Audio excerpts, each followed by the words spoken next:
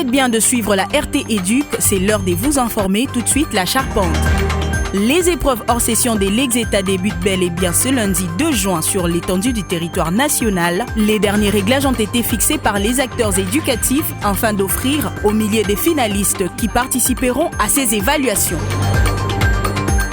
C'est désormais confirmé, la ville-province de Kinshasa va abriter la campagne des Lugènes menstruelles le samedi 31 mai prochain. À en croire les organisateurs que vous suivrez dans ce journal, l'objectif est d'offrir à la jeune fille un cadre où elle pourra s'exprimer librement et en toute confiance sur la gestion de son corps en vue de l'amélioration de la santé sexuelle et reproductive. Et puis, gestion axée sur les résultats, la chef du gouvernement met en place la Delivery Unie pour plus d'efficacité dans l'exécution des initiatives gouvernementales, renforcer la coopération, le suivi et l'évaluation du programme d'action du gouvernement. Reportage à suivre.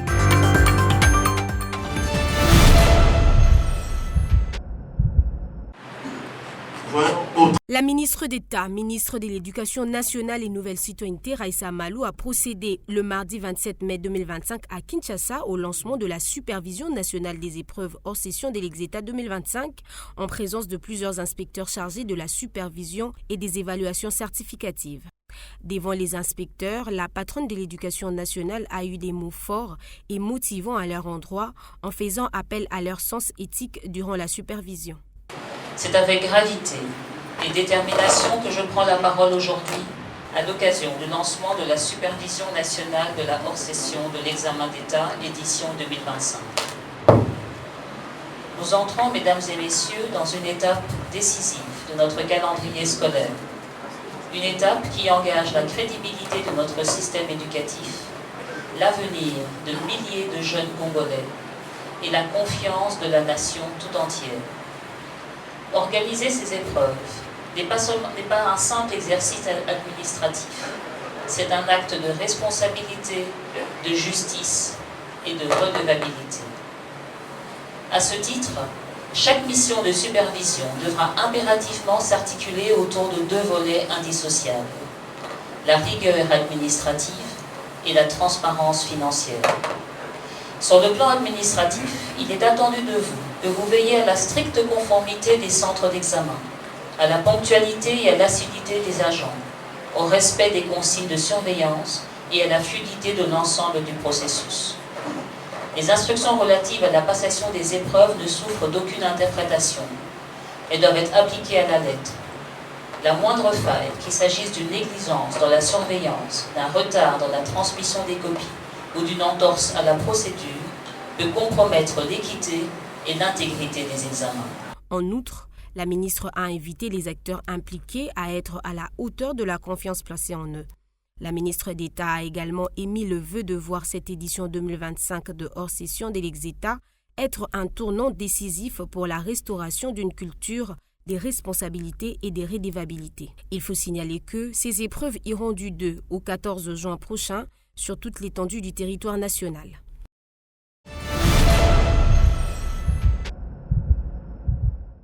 Malgré les défis sécuritaires persistants dans l'Est de la République démocratique du Congo, les autorités confirment que les élèves de cette région passeront l'examen d'État comme prévu. Le gouvernement réaffirme ainsi son engagement à garantir l'éducation pour tous, même dans les zones en proie au conflit. Dans un contexte marqué par l'insécurité, notamment dans les provinces du Nord Kivu, du Sud Kivu et de l'Ituri, le bon déroulement des préparatifs pour les épreuves nationales est perçu comme un signal fort de la volonté des institutions congolaises de laisser aucun élève pour compte. Les systèmes d'examen ont été acheminés dans les centres concernés sans incident et dans les délais requis. Cette opération logistique réussie est le fruit d'un travail conjoint entre les autorités nationales et leurs partenaires, notamment l'UNICEF, dont le soutien a été déterminant dans le transport sécurisé du matériel d'examen. Ce déploiement témoigne non seulement de la résilience du système éducatif congolais, mais aussi de l'attention particulière que porte le gouvernement à la jeunesse de l'Est, souvent éprouvée par les violences armées.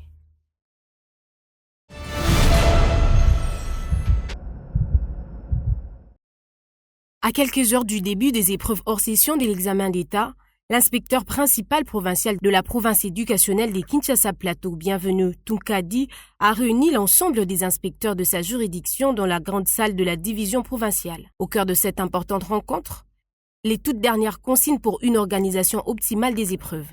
Dans son intervention, l'inspecteur Tunkadi a insisté sur 3 points majeurs. L'organisation des centres de passation, le rôle central du chef de centre et enfin, la discipline stricte. À partir de cette session que nous allons passer, nous commençons déjà à noter tous les points forts et tous les points faibles pour qu'on puisse amender et encourager prochainement.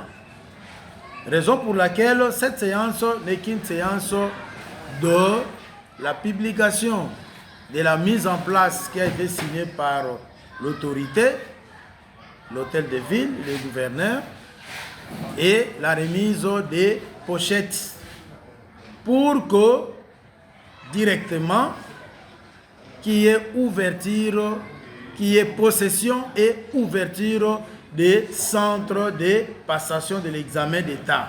Moment fort de la rencontre, la remise officielle des pochettes aux chefs de centre, marquant leur prise de fonction et responsabilité. Une étape symbolique, mais aussi stratégique, dans la mise en place des centres de passation de l'ex-État. Une réunion placée sous les signes de la rigueur, de la responsabilité et de la mobilisation. Les regards sont désormais tournés vers la bonne tenue des épreuves hors session 2025 à Kinshasa Plateau.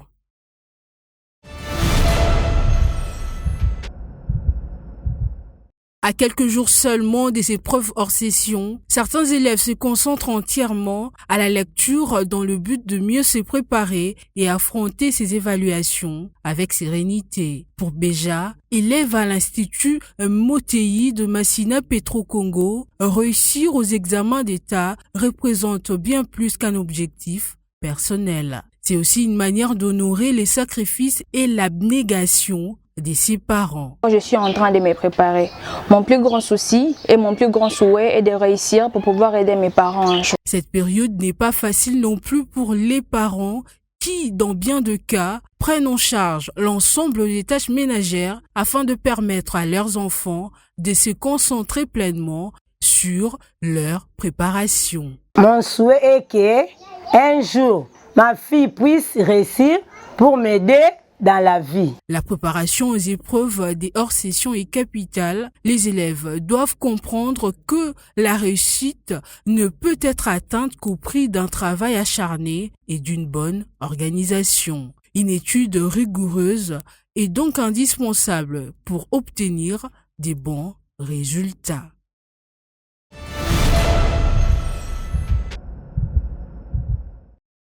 Sensibiliser sur une santé sexuelle et reproductive beaucoup plus responsable des jeunes filles, toutes couches sociales confondues, voici l'un des engagements fermes dans l'organisation non gouvernementale Solidarité Plus Forever, Tiens Mordicus.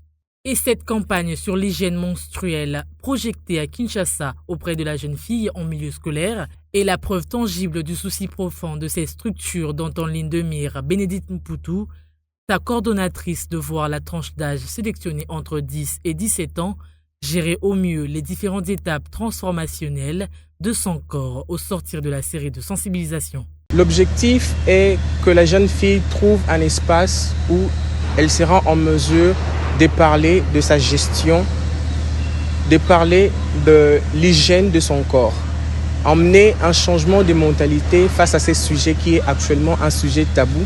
Cette grande messe sera également une occasion pour Solidarité Plus Forever de démystifier davantage le sujet tabou règle en société africaine et permettre ainsi aux parents et tuteurs d'en parler aisément en famille.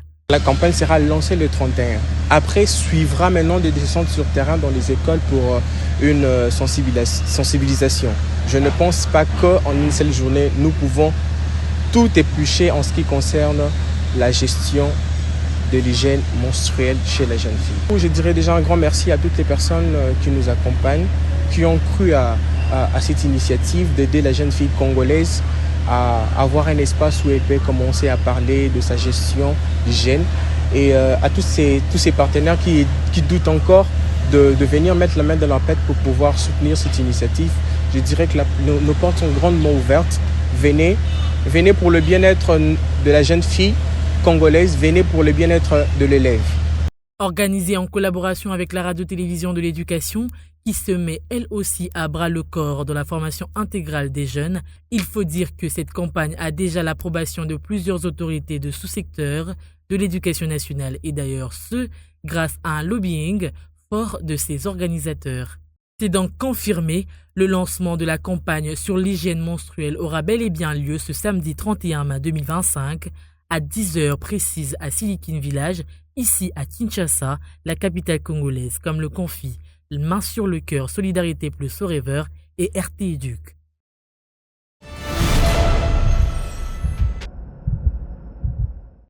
La première ministre Judith Suminwa a mis en place un organe pour donner un coup d'accélérateur dans l'exécution du programme d'action de son gouvernement et au plan national stratégique du développement, la Delivery Unit. C'est dans ce cadre qu'elle a présidé la réunion du comité de pilotage de la Delivery Unit 2024-2028 et du comité local d'examen du projet d'appui à la DU à l'hôtel du gouvernement à la Gombe. À l'issue de cette séance de travail, la première ministre a confié que la Delivery Unit n'est pas un organe d'exécution. Elle est un outil qui vient pour appuyer et assurer que tous les programmes qui sont mis en œuvre à travers les différents ministères sectoriels puissent arriver à terme dans leur exécution, mais aussi en ayant des résultats impactants le plus rapidement possible dans les délais qui ont été répartis. Aujourd'hui, ce que nous avons eu à faire, c'est l'approbation du document de projet d'appui à la Delivery Unit en collaboration avec le Programme des Nations Unies pour le développement qui vient appuyer cette Delivery Unit. Vous vous rendrez compte régulièrement que nous avons des projets qui sont mis en œuvre, qui prennent par exemple au lieu de, je donne un exemple, il est prévu que le projet prenne 3 ans, mais le projet finalement va arriver à terme au bout de 5 ou 6 ans. Et c'est ça qu'au niveau de la coordination de l'action gouvernementale, qui est une de mes missions principales en tant que chef du gouvernement, je voudrais assurer d'avoir une structure qui va pouvoir appuyer toutes les autres structures au niveau du gouvernement pour que dès qu'il y a un problème, dès qu'il y a un goulot d'étranglement, moi, en tant que première ministre et coordinatrice de l'action gouvernementale, je puisse régler les questions, les problématiques qui sont transversales. Pour Dominique Mama, représentant résident du PNUD en RDC, cette première séance de travail qu'a présidée la première ministre a marqué une étape clé dans la mise en œuvre des réformes de l'action publique en RDC. Le PNUD vient en accompagnement compte tenu de l'expérience que nous avons vue dans d'autres pays. Mais l'objectif, c'est qu'une fois que la Delivery Unit est opérationnelle, nous, on n'a plus de rôle. Notre rôle est plutôt transitoire. L'unité fonctionnelle de livraison est donc une initiative stratégique de la primature conçue pour renforcer la coordination, le suivi et l'évaluation des projets nationaux, notamment ceux inscrits dans le programme d'action au gouvernement. Elle vise à accélérer le développement économique et social de la République démocratique du Congo, conformément à la vision de son Excellence, Félix Antoine Tshisekedi Tshilombo, président de la République.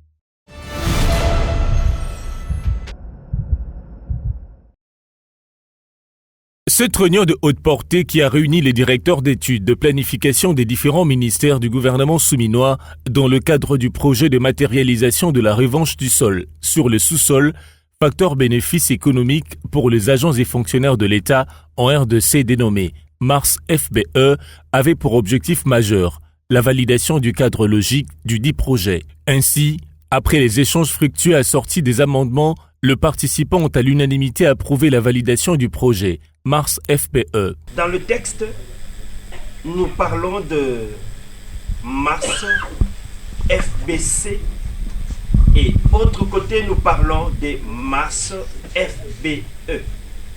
Pourquoi cette différence? L'initiateur et coordonnateur du projet, Jean-Fidèle Boyo, revient ici sur la substance de cette étape de validation. Aujourd'hui, comme vous avez vu, ce sont les directeurs d'études et de planification de toutes les administrations de notre pays qui se sont réunis pour effectivement consolider ce projet et adopter ce projet. Aujourd'hui, nous avons validé à notre niveau ce projet. Nous avons validé aussi son cadre logique. Et bien, maintenant, nous sommes capables de présenter au gouvernement de la République et surtout au président de la République, le chef de l'État, lui lui-même est l'initiateur de la politique de la revanche du sol sur le sous-sol et que nous sommes en train de nous organiser comme une provision à la vision du chef de l'État. Vous le savez qu'aujourd'hui, la retraite devient une situation chaotique. Tout le monde est pressé. D'ailleurs, on nous exige de commencer même aujourd'hui, mais nous disons qu'il faut respecter les procédures. Il y a des étapes à suivre. Presque la majorité des fonctionnaires, ceux qui sont déjà informés, ont exprimé leur volonté d'expérimenter cette nouvelle vie, cette nouvelle approche agro-pastorale. Notons que ce projet, qui se veut une réponse aux problèmes des fonctionnaires de l'État pendant la retraite, il met beaucoup l'accent sur les activités agroalimentaires.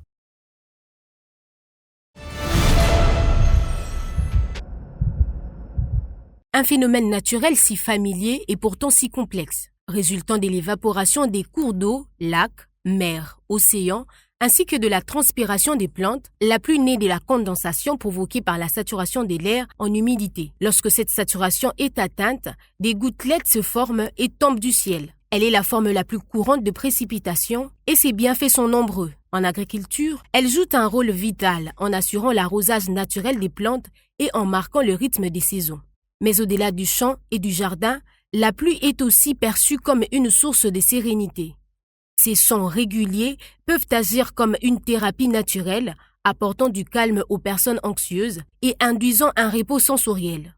Douce et peu minéralisée, l'eau de pluie est également prisée pour ses bienfaits dermatologiques. Elle purifie l'épiderme, adoucit la peau et fortifie les cheveux. Mais attention, si la pluie est source de vie, elle peut aussi représenter un danger réel. Utilisée sans traitement, l'eau des pluies peut contenir des contaminants, virus, bactéries, métaux lourds et produits chimiques. Sa consommation ou son usage en cuisine peut entraîner des infections, des maladies intestinales, voire des intoxications. Et ce n'est pas tout. Les précipitations abondantes sont également à l'origine des nombreux désastres naturels.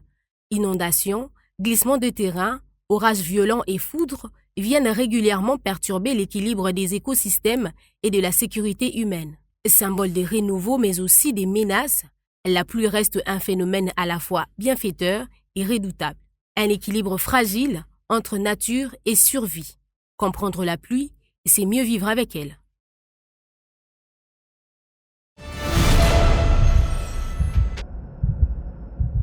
À l'hôpital général de référence de véhicules, ni des bêches, ni de... C'est pour cela qu'on est en train de plaider directement si le gouvernement provincial peut nous doter de où nous voulons à ce qu'on puisse laborer tout ce qu'on voit comme des herbes et remplacer ça petit à petit avec des cimédons et que s'il y a les tondeuses avec l'équipe de 6 garçons-là, ça peut passer comme on a fait à l'ISES. C'est-à-dire qu'il y a un problème des outils. S'il y a les outils, l'assainisseur, celui qui s'occupe de l'assainissement ici, peut rendre cette histoire aussi. Par rapport à l'infrastructure, on voit qu'il y a la biécité de toutes ces histoires ici. Ici, au niveau des laboratoires, on m'a appris que ça se fait. Néanmoins, l'hôpital provincial n'a pas de fonctionnaires. Seulement ce qu'on est en train de soigner, de consulter, des examens, et c'est partie-là qu'on peut recevoir, on peut se dire dans les produits qu'on prend les 30% pour les fonctionnements. Aussi longtemps que quotidiennement, on est en train de chercher à fonctionner. Justement, au point de vue matériel, vous avez vous-même vu au niveau de notre dépôt pharmaceutique. Je suis en train de plaider parce que le gouverneur m'a donné, quand j'étais à Komou, les médicaments qui valaient 75 000 $. Alors il y a les médicaments là-bas. On avait fait le collégeage pour lui. Collégeage pour Bolobo, Mouchi, et on a vu qu'il y a les médicaments qui vont être expirés au mois de août et au mois de janvier 2026. Si on peut faire le plaidoyer, vous pouvez parler avec le gouverneur, on fait la réquisition. Dès qu'on voit quelque chose, le bannière qui manque, et on peut dire au docteur Papi de nous remonter quelque chose.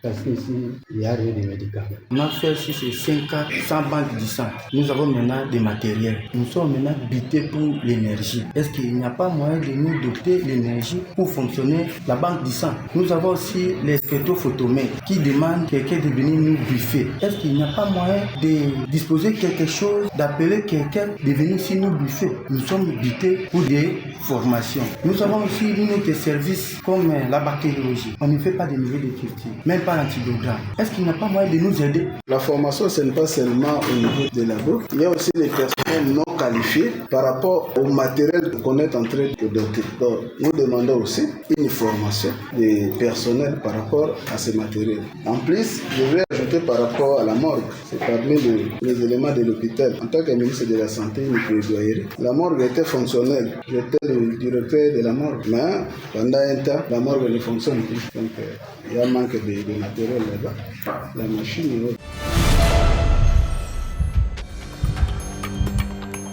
Fin de ces journaux, merci à vous de l'avoir suivi. L'actualité reste en continu sur la RT Éduc et sur votre site, le www.eductv.cd.